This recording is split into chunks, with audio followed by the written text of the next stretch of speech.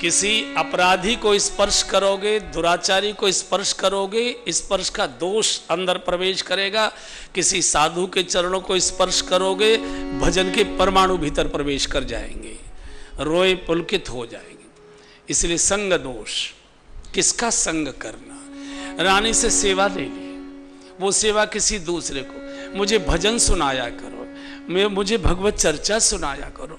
दासी बहुत समझाती है, रानी इस संकट में आ जाओगी, मानो मेरी बात।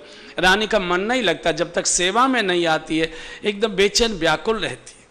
बहुत जब हो गया तो कहा रानी ने कि दासी ने कि देखो राजस्थान की बड़ी परंपराएं हैं, मर्यादा की परंपराएं, पर्दे की परंपराएं हैं। अब संतों के साथ वहां बीच में जाओगी, मर्यादा भंग होगी और राज परिवार में आपको संकट हो जाएगा। रानी ने कहा दासी एक बात बताओ, मेरे शरीर का कौन सा अंग रानी है, मैं उसी को काट दूं? मेरे हाथ रानी है कि मेरे पैर रानी है कि मेरी आंख रानी है? मेरे शरीर का जो अंग रानी है उसे हम काट देते हैं तो खामखा का अहंकार हम लोग पाले रह रहे हैं कि हम रानी है, रानी है, रानी है। तो दासी को जब लगा कि एकदम विरह की अग्नि सब तप रही है और रानी एकदम भीतर से भगवान की ओर बढ़ने के लिए लालायित है, जब लालसा होती है तो लाल जी कृपा कर देते हैं। लाल जी ने ही दासी को शायद रखा होगा सेवा में। तो कहा ऐसा करिए, बिना संतों के दर्शन के, बिना सत्संग की तो भगवत प्राप्ति होगी, बिनु सत्संग न काहू पाई। आप राजभवन के पास सत्संग भवन बनाइए, संत आएंगे, बैठकर आप अटारी से, झरोखे से संतों का दर्शन करिए, मन पवित्र होगा। कानों से संतों की वाणी सुनिए, हृदय पवित्र होगा। होठों से संतों के गाए हुए गीत गाइए, जीवन पवित्र होगा, हृदय पवित्र होगा। सत्संग भवन बनाया। रानी ने सेवकों को लगा दिया कि जो भी जयपुर के अंदर से होकर संत जाते हैं, आमेर आदि जाते हैं या आगे राजस्थान में जाते हैं, श्रीनाथ जी की ओर जाते हैं, तो सबको बुलाकर लाओ, यहाँ टिकाओ, पूरे भोजन आदि की व्यवस्था। संतों की टोली आने लगी। एक बार वृंदावन के बड़े रसिक संत, उस समय का काल था जब बड़े बड़े संतों का जमावड़ा था वृंदावन के अंदर। हम भी जब आए थे लगभग 67 में, तो यहाँ बड़े बड़े संतों का, बड़े बड़े महारथी संत, बड़े बड़े भजनानंदी, क्या दिव्य स्वरूप थे। हमारे गुरुदेव भगवान स्वयं आप देखिए क्या दिव्य स्वरूप रहा होगा उस समय। तो काल संतों, भजनानंदी संतों का था। अब काल कैसा है, चूंकि हम भी फंसेंगे अगर हम कुछ बोलेंगे, तो इसलिए इस पर आज के काल पर कुछ बोलेंगे नहीं। तो पहले साधु भजन से बड़ा होता था, अब साधु भवन से बड़ा होता है। किसका आश्रम कितना बड़ा है और किसके आश्रम कितने हैं, इसी से साधु का बड़प्पन माना जाता है। तो संत टिके, सेवा हुई, झरोखे में रानी बैठी थी। संतों ने संध्या की आरती की और आरती के बाद संत बैठकर पद गाते हैं। मदन गोपाल शरण तेरी आयो, मदन गोपाल शरण तेरी आयो, मदन गोपाल शरण तेरी आयो। जैसे ये पद पूरा हुआ, रानी में विरह का ज्वार का वेग आ गया।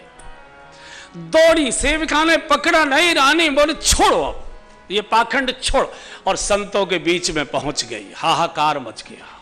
राजस्थान की पर्दे की, राज परिवारों की मर्यादाएं टूट गई।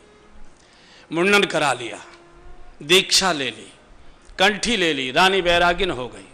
उस समय महाराज माधव सिंह दिल्ली में निवास करते थे, बादशाह की आदेश के अनुसार। वहां तक समाचार पहुंच गया, रानी ने मर्यादाएं तोड़ दी, बहुत क्रोधी हुए। वहां से लौटे, रानी के महल में नहीं ठहरे, अलग भवन में जाकर टिके। सचिवों की बैठक की, क्या किया जा सकता है? बोले हत्या करोगे तो स्त्री हत्या का पाप लगेगा, और रानी के भी इस समय प्रशंसक राज्य में बहुत हैं। भक्त की हत्या का पाप, रानी के प्रशंसक, विद्रोह हो सकता है, तो क्या करें? बोले परसों नरसिंह चतुर्दशी है, रानी नरसिंह भगवान का पूजन करेंगी, हमारे यहाँ शेर बंद हैं, 2 दिन तक शेर को कुछ भोजन नहीं देंगे, भूखा शेर छोड़ देंगे, भवन में जाएगा, रानी पर झपटेगा, रानी की हत्या हो जाएगी, रानी का एक प्रकार से शेर आहार कर लेगा, हम शोर कर देंगे, गलती से शेर पिंजड़े से बाहर निकल गया, हिंसक सिंह था, और शोक सभा वगैरह हो जाएगी। ये जो कुसंगी लोग होते हैं ये भी बड़े लोगों के कान बहुत भरते हैं, बहुत भरते हैं। गलत मार्ग पर ये जो चारों ओर को जो घेरा रहता है ना, क्या कहते हैं उनको, कुछ कहते हैं, जो घेरा बनाए रखते हैं। और यही हुआ, रानी ने नरसिंह चतुर्दशी का व्रत किया और भगवान नरसिंह भगवान की पूजा कर रही थी। वहाँ से शेर खोला, तिलक लगा दिया, आरती आदि करने की तैयारी कर रही थी, पुष्पहार तैयार था हाथ में, ऐसे गले में पहनाने ही जा रही थी।